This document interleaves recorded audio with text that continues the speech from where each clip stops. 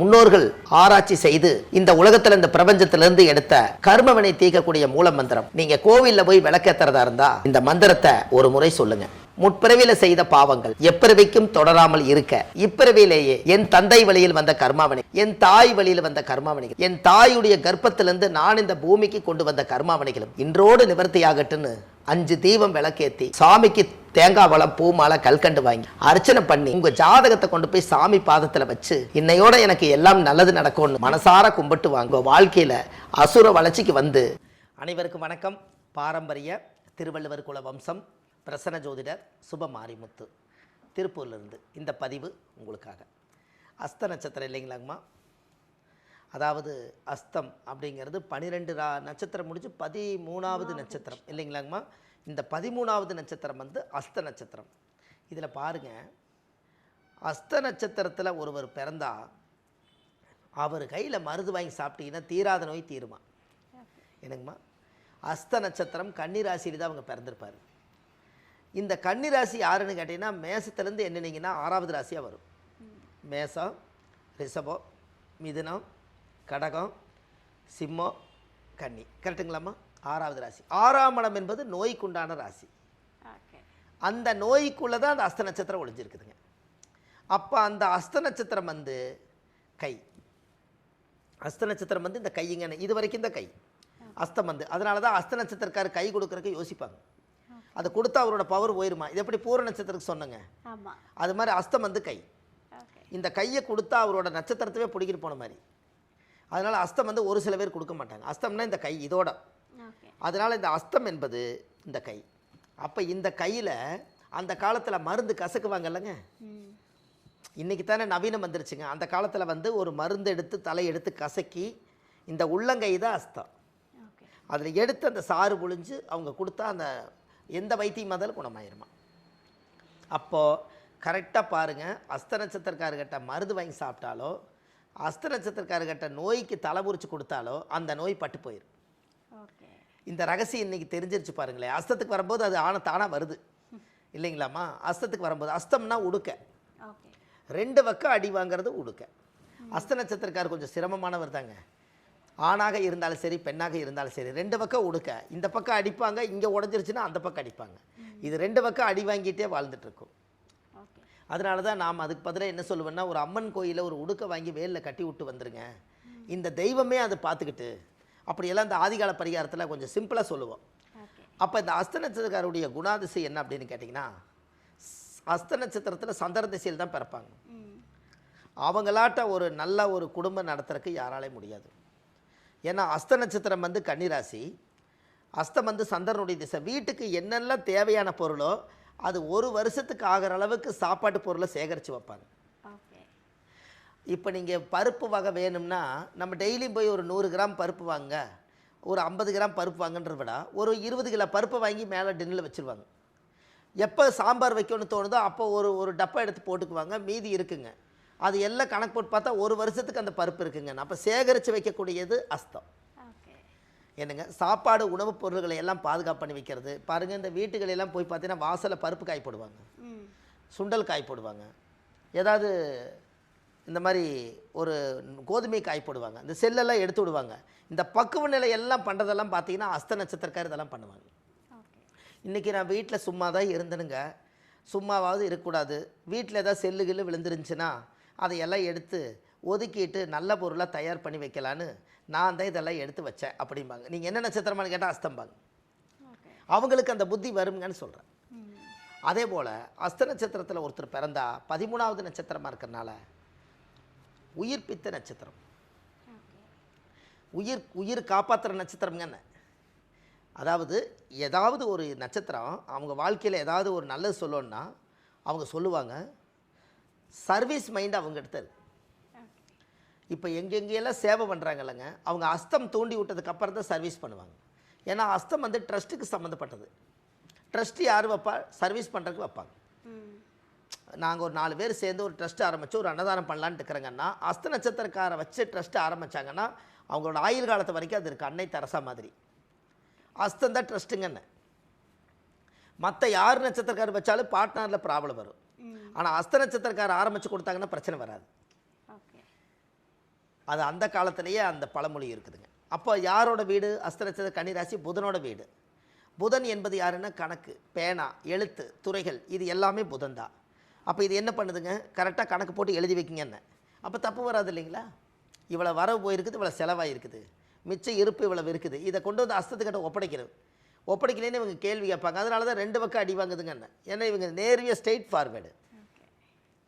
அவங்க நேர்மையாகவே பேசுவாங்க, நேர்மையாகவே பழகுவாங்க, எதாக இருந்தாலும் தட்டி கேட்பாங்க.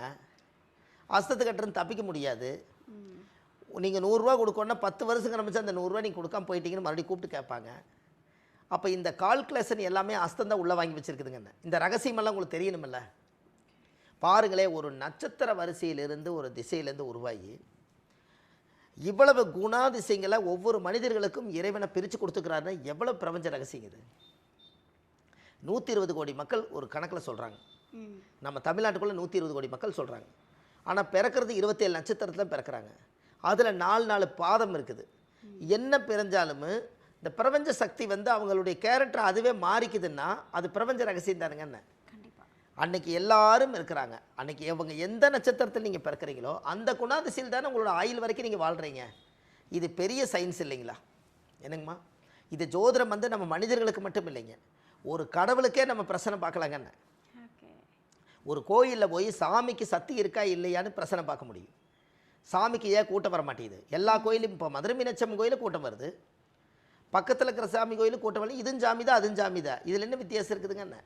அப்போது ஒவ்வொரு நட்சத்திரங்களும் ஆதி காலத்தில் கோயில் கட்டும்போது சாமிக்கே சக்தி வர்றதுக்காக இந்த பிரபஞ்சம் கரெக்டாக நேர்கோட்டுக்கு வரட்டுன்னு சொல்லி பஞ்சபூத தத்துவத்தை வச்சு தான் கோயிலே கட்டிக்கிறாங்கன்னு. என்னங்கம்மா, அந்த நீர், நெருப்பு, காற்று, பூமி, ஆகாயம், வெப்பநிலை, இந்த தட்ப வெப்பநிலை வச்சு தான் கோயிலுடைய கருவறையை உருவாக்கிக்கிறாங்கன்னு. இதுக்கு அஸ்தந்தான் காரணம்.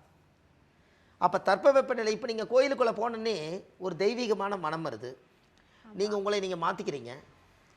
எல்லாம் ஃபோனெல்லாம் சுவிட்ச் ஆஃப் பண்ணி வச்சுட்டு கடவுள்கிட்ட போய் உங்கள் மனசில் இருக்கிற குறைய நீங்கள் ஒரு பாஸ்வேர்டு மாதிரி கடவுளுக்கு சொல்கிறீங்க.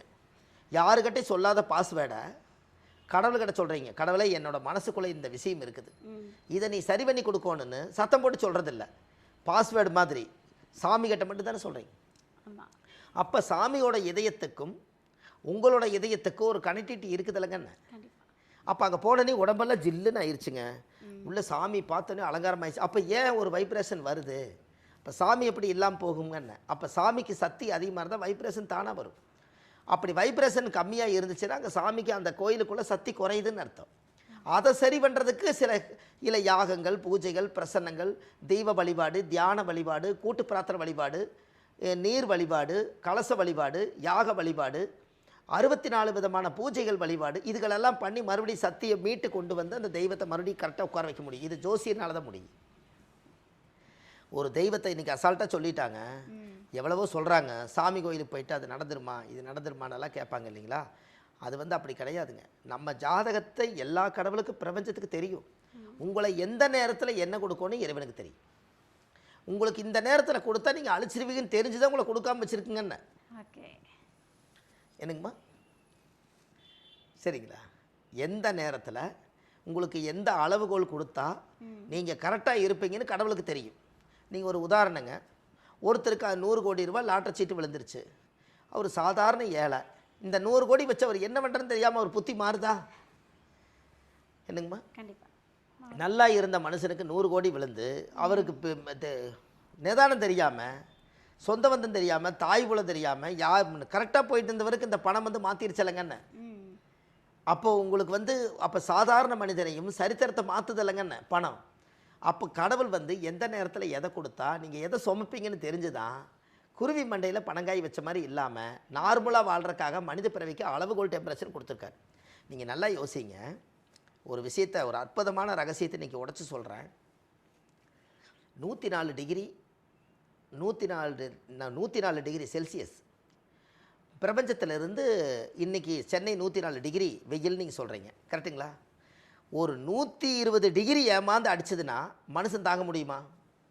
அப்போ கடவுளுக்கு என்ன தெரியுதுங்க, மனுஷங்க கீழே அவ்வளவு கொடுத்தா தாங்க மாட்டாங்கன்னு அந்த தட்ப வெப்ப நிலையவே மாற்றி சூரிய ஒளி அந்த 104 டிகிரி அளவுகோல் கொடுத்து வச்சுக்கிறாரு.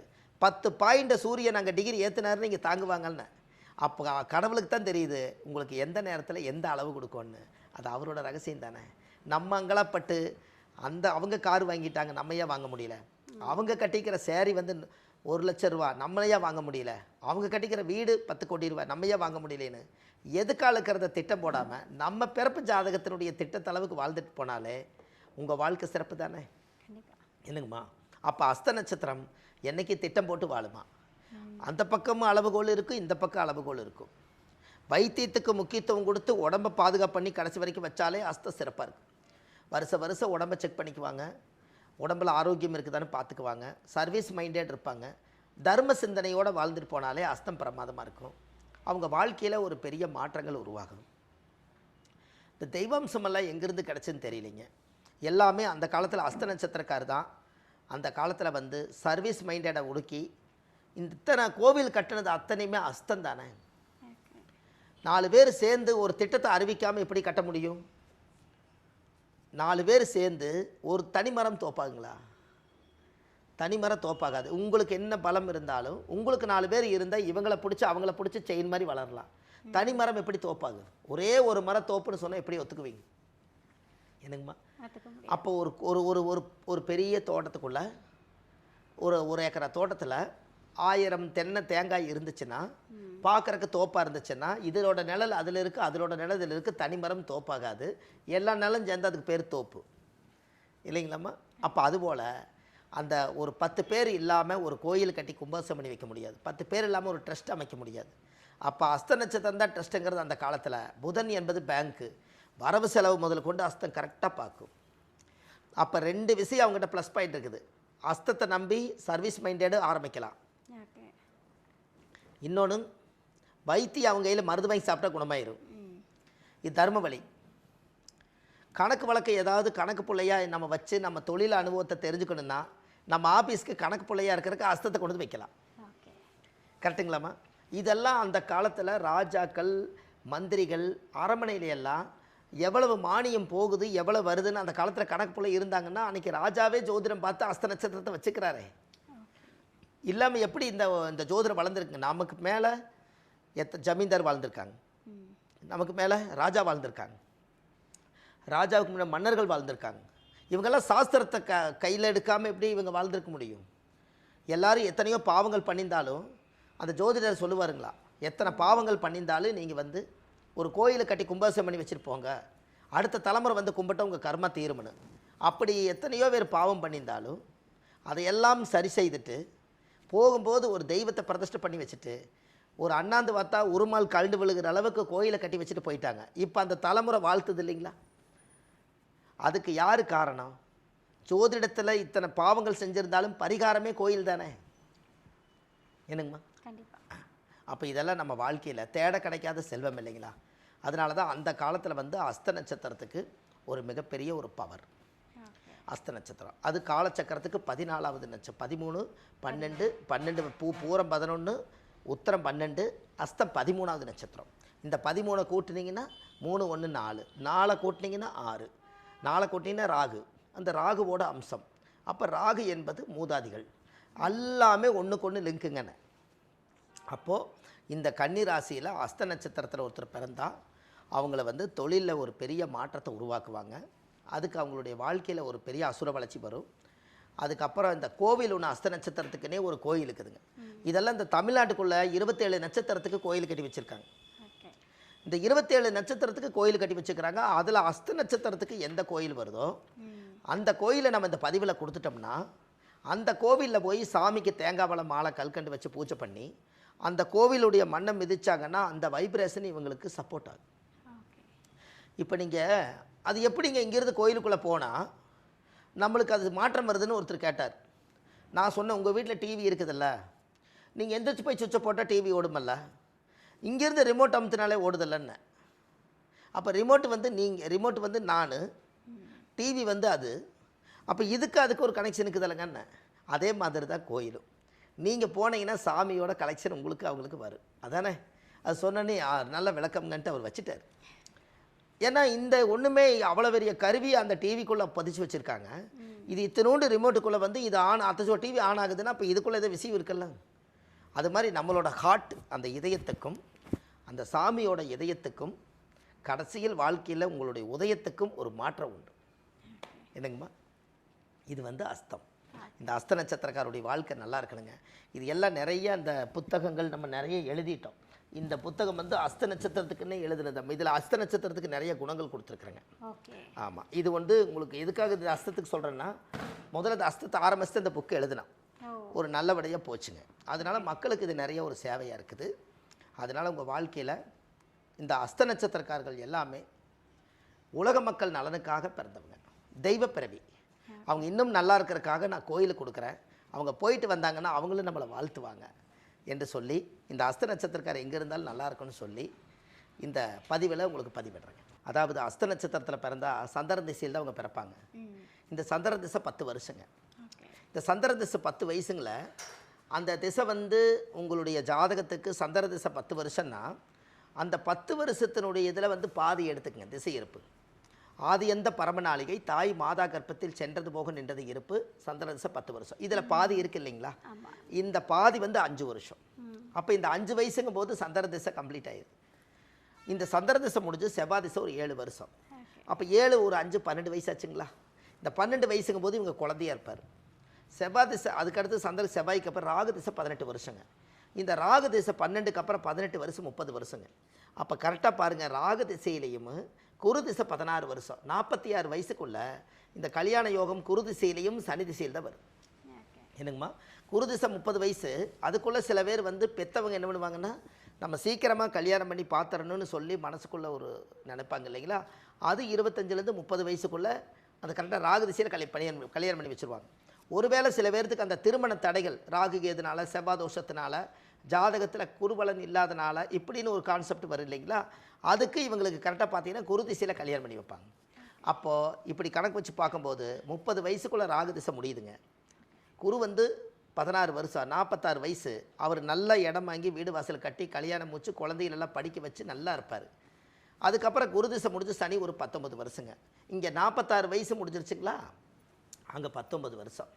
கிட்டத்தட்ட பார்த்தீங்கன்னா 55 65 வயசு வரைக்கும் அது ஓடிடுச்சு.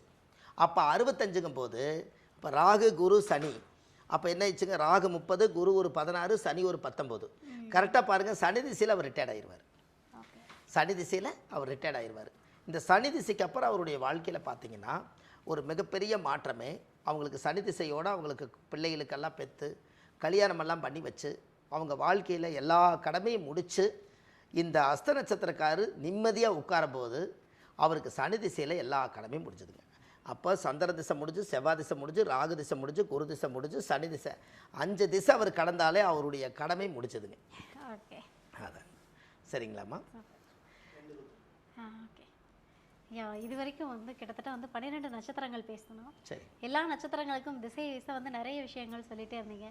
பட் நீங்கள் அஸ்தம் பேசும்போது மட்டும்தான் உங்களை மறந்தே வந்து அஸ்த நட்சத்திரங்களை வந்து உச்சத்தில் கொண்டு போய் வச்சு பேசுனீங்க. அவ்வளவு சிறப்புகள் வந்து இந்த அஸ்தம் கிட்ட இருக்கு அப்படின்றத வந்து இப்போ அஸ்தம் பார்க்குறவங்களே வந்து மக்களே இவ்வளோ திறமைகள் இருக்கா அப்படின்றத கண்டிப்பாக ரியலைஸ் பண்ணுவாங்க. உங்களோட வீடியோ வந்து நம்ம அஸ்த நட்சத்திரக்காரங்களுக்கு ரொம்ப பயனுள்ளதாக இருக்கும்னு நினைக்கிறேன். கண்டிப்பாக வந்து அடுத்தடுத்த நட்சத்திரங்கள் குறித்து மற்ற ஒரு வீடியோவில் பார்க்கலாம் சார். சரி, ரொம்ப நன்றிங்கம்மா, வணக்கங்க ஐயா. இப்போ அஸ்தம்க்கு நிறைய விஷயங்கள் நீங்கள் வந்து சூப்பரான பலன்கள் கொடுத்து. சரிங்கம்மா. அப்போ நீங்கள் போய் வழிபட வேண்டிய தெய்வம் எதுன்னு சொல்கிறேன்னு சொன்னீங்க. அவங்க எந்த கோவிலில் போய் வழிபட்டுட்டு வரணும்? கண்டிப்பாங்கம்மா. அதாவது அஸ்த நட்சத்திரத்தில் ஒரு அற்புதமான விஷயத்த சொன்னேன். அதாவது ஒரு மருந்து வாங்கி சாப்பிட்டா அவங்க குணமாகும் அப்படின்னு சொன்னேன். அப்பேற்பட்ட கடவுளுக்கே நிகரானது அஸ்த நட்சத்திர கோயிலே ஒன்று ரகசியமாக ஒன்று இருக்குதுங்க. முன்னோர்கள் கட்டி வச்சுக்கிறாங்க, நம்ம அங்கே போனால் தான் அந்த வேலை நடக்கும். அப்போது இந்த அஸ்த நட்சத்திரத்துக்குன்னு கோவில் எங்கே இருக்குது அப்படின்னு கேட்டிங்கன்னா, பொதுவாகவே ஜாதக ரீதியாக பார்க்கும்போது நம்மளுடைய வாழ்க்கையில் நம்ம தெரிஞ்சுக்க வேண்டியது, அதாவது கும்பகோணம் மாவட்டங்க. அதாவது கும்பகோணம் மாவட்டத்தில் தான் அந்த கோவில் இருக்குது. இந்த கும்பகோணத்திலிருந்து மயிலாடுதுறை எனக்குமா மயிலாடுதுறை கும்பகோணத்திலிருந்து மயிலாடுதுறை போகிற வழியில் கோமல்ங்கிற ஊரத்தில் கிருபா குபேரேஸ்வரர் எனக்குமா கிருபா குபேரேஸ்வரர். அதாவது நீங்கள் இன்னும் விளக்கமாக நீங்கள் அதை சர்ச் பண்ணிக்க பார்க்கணும் அப்படின்னா, அதாவது கும்பகோணம் பக்கத்தில் மயிலாடுதுறை பக்கத்தில் கோமல்ங்கிற ஊரில் கிருபா குபேரேஸ்வரர் கோயில் இருக்குது. இந்த கோயிலில் போய் சாமிக்கு தேங்காய் பழம் பூ மாலை கல்கண்டு வாங்கி அர்ச்சனை பண்ணி அந்த கோவிலில் போய் சாமி கும்பிட்டு வந்தால் உங்கள் ஜாதகத்தில் தாயுடைய கருவறையில் இருந்து தொப்புள் கொடி அறுக்கும் போது அஸ்த நட்சத்திர தோஷ நிவர்த்தியாகி உங்கள் வாழ்க்கை அசுர வளர்ச்சிக்கு வருங்க. கண்டிப்பாக இது செய்யுங்க, நல்லதே நடக்கும்.